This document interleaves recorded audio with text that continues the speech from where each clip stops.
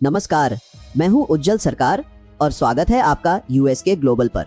दोस्तों, क्या आपने कभी सोचा है कि भारत की डिफेंस डील्स अब रूस, अमेरिका या फ्रांस जैसे पुराने सहयोगियों के बजाय जापान के साथ हो सकती हैं?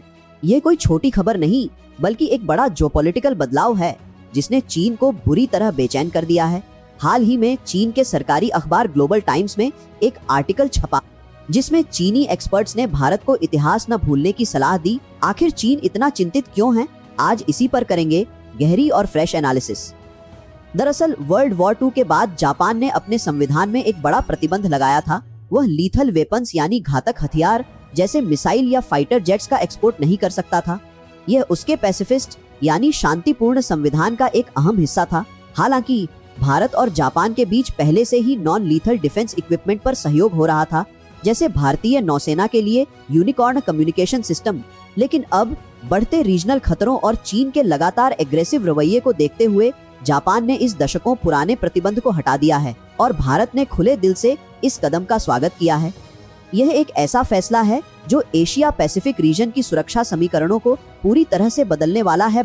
भारत के लिए यह फैसला कई मायनों में गेम चेंजर साबित हो सकता है। अमेरिका खासकर डोनाल्ड ट्रंप के शासनकाल में एक नॉन रिलायबल पार्टनर के तौर पर उभरा है। F-35 फाइटर जेट्स जैसी आइटम्स में अमेरिका की पॉलिसीज नॉन रिलायबल रही हैं, जिससे भारत को फ्यूचर की बड़ी डिफेंस डील्स के लिए यूएस पर भरोसा कम हुआ है।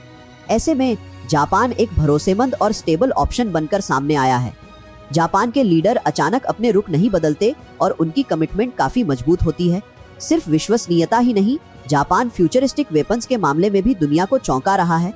हाल ही में उनकी रेल गन का वीडियो सामने आया जो इतनी घातक है कि अमेरिका भी ऐसी तकनीक अब तक विकसित नहीं कर पाया है। ये मल्टीपल प्रोजेक्टाइल फायर कर सकती है और दुश्मन के जहाजों को भारी नुकसान पहुंचा सकती है। ये केवल एक उदाहरण है कि आने वाले 5 से 10 सालों में जापान किस तरह के मॉडर्न वेपन्स बना सकता है। वे अपना डिफेंस बजट तेजी से बढ़ा रहे हैं, जो जल्द ही उनकी जीडीपी के 2% तक पहुंचने वाला है। जापान की जीडीपी भारत से काफी बड़ी है। हमारा डिफेंस बजट करीब $75 बिलियन का है, लेकिन इसका एक बड़ा हिस्सा पेंशन और सैलरीज में चला जाता है। रिसर्च एंड डेवलपमेंट में इन्वेस्टमेंट कम है और दुर्भाग्य से सरकारें फ्रीबीज पर इतना खर्च कर रही हैं कि हमारी इकोनॉमी को नुकसान हो रहा है।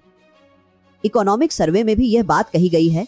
इससे डेफिसिट बढ़ रहा है और इंफ्रास्ट्रक्चर, ह्यूमन कैपिटल और डिफेंस जैसे महत्वपूर्ण एरिया के लिए पैसा कम पड़ रहा है। ऐसे में जब हमें खुद के दम पर एक $100 बिलियन के डिफेंस बजट की जरूरत है, तब हमें बाहर के देशों पर निर्भर रहना पड़ रहा है। यही वजह है कि जापान जैसा भरोसेमंद और टेक्नोलॉजिकली एडवांस पार्टनर हमारे लिए एक बहुत बड़ा स्ट्रेटेजिक एडवांटेज है। अब आते हैं चीन की चिंता पर।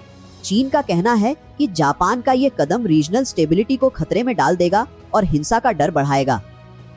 वो भारत को याद दिला रहा है कि जापान ने वर्ल्ड वॉर 2 में उनके साथ कैसा बर्ताव किया था।